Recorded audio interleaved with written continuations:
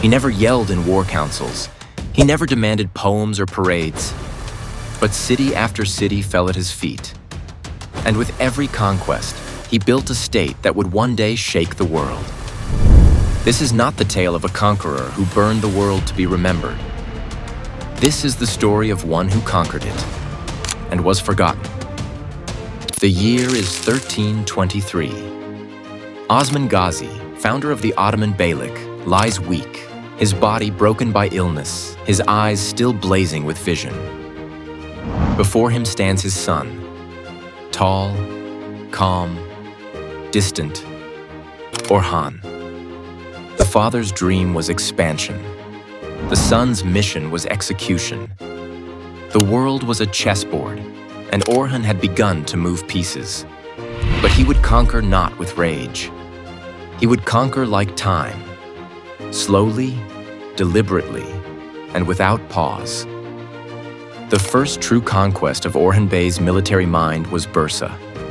For over 6 years, the city stood against the Ottomans, guarded by its Byzantine walls, fed by its imperial pride.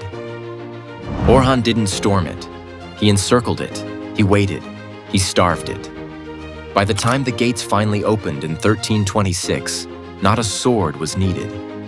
The people surrendered not to war, but to the inevitability of Orhan's will.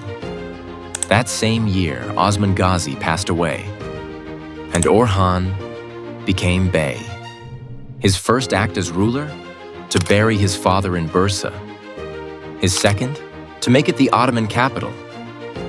Next stood Nicaea, ancient city of councils, once the pride of Byzantine Christianity, home of emperors, defender of Rome's fading dignity. It would fall next. Orhan didn't charge in blind. He studied its weaknesses, gathered spies, and tightened its borders. For over a decade, from 1328 to 1331, the siege stretched like a silent rope around the city's neck. When it finally fell, there were no mass slaughters, no revenge massacres. Instead, Orhan restored the churches, allowed the Christian population to live, and even employed Greek administrators. A Muslim bey had conquered the city of the Nicene Creed and chose tolerance over fire. It shocked Byzantium. It terrified them more than brutality ever could.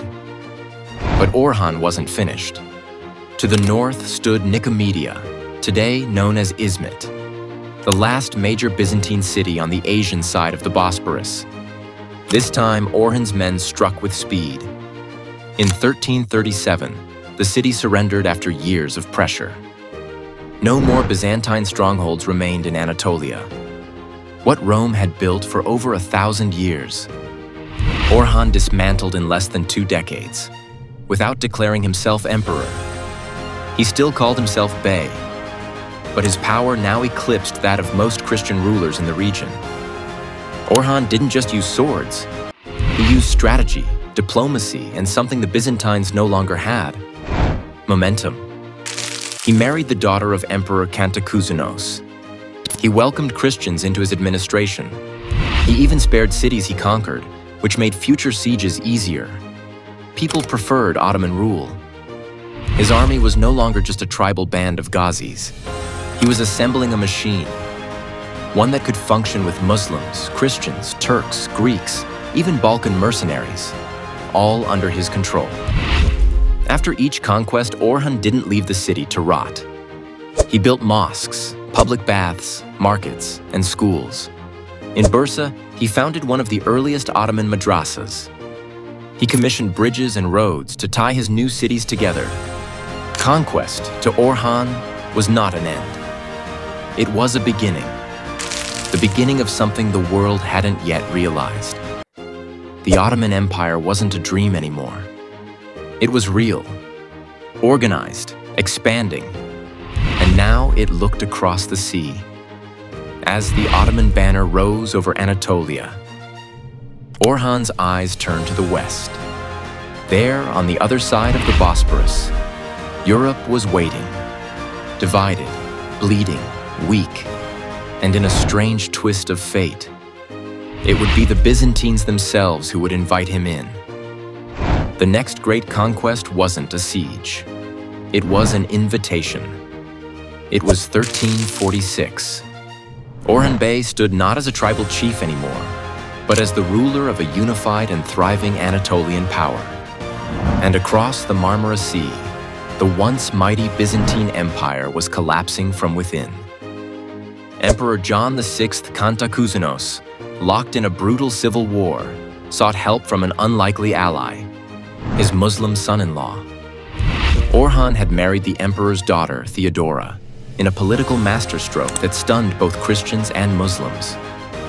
This alliance wasn't just marriage, it was access. In return for military aid, the Byzantines gave Orhan something even more powerful than land: permission.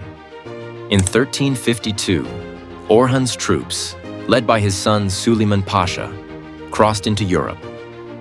They landed on the Gallipoli Peninsula and took control of 𝐶himpe Castle, gifted by the emperor himself.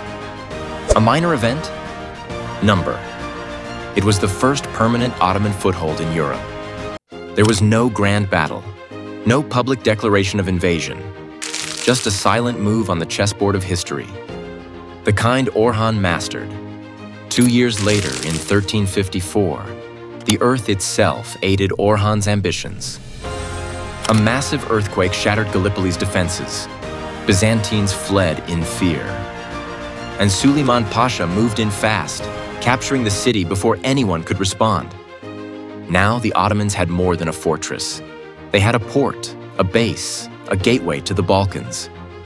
Byzantium screamed in protest. But Orhan?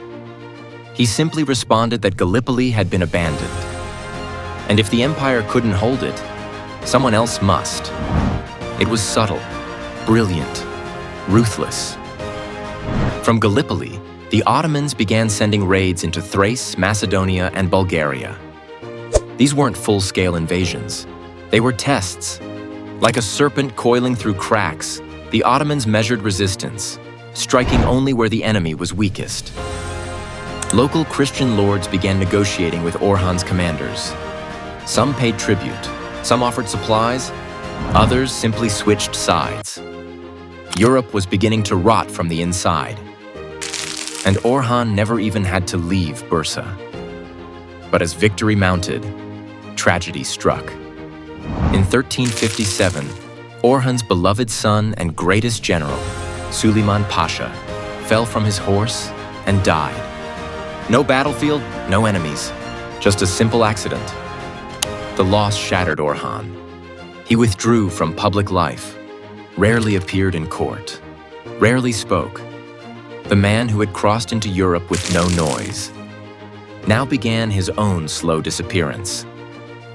Around 1362, Orhan Bey died. He had ruled for over 3 decades, from the time of tribal uncertainty to the dawn of Ottoman supremacy. He conquered Bursa, Nicaea, Nicomedia, and Gallipoli. He minted coins. He formed a standing army. He crossed into Europe and opened a new chapter in world history. But he never called himself Sultan. No palace, no ego, no poem sang of his conquests. He was buried next to his father Osman, simply and quietly. Orhan Bey was not a warrior of flame, but of patience. Not a conqueror of headlines, but of permanence. His conquests were not just territorial, they were psychological. He made cities surrender without blood. He made enemies become allies, and he made the first step into Europe seem inevitable.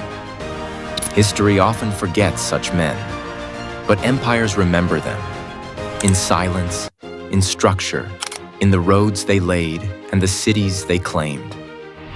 Orhan didn't just take land. He built the staircase for others to rise as legends. After Orhan came Murad I, then Bayezid, Mehmed, and the mighty sultans of empire. But none of their triumphs would have stood if one quiet son hadn't laid the stones beneath their thrones. They wrote history in blood, but Orhan wrote it in stone.